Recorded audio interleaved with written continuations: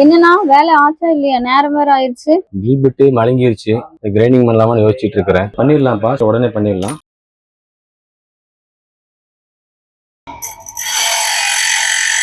Bench கிரைண்ட்ல இதுல பண்ணி எப்பனா மட்டும் நான் வேலை முடியறது. ட்ரில் பிட்டுக்கு தகுந்த மாதிரி ஆங்கிளும் நம்மளுக்கு வந்து கரெக்டா ஃபிட் ஆகாது.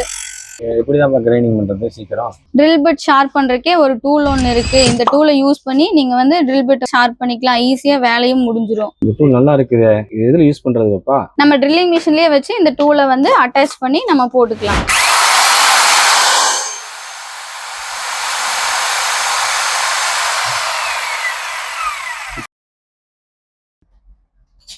ஒரே ஈவனா ஷார்ப் ஆயிடுச்சு.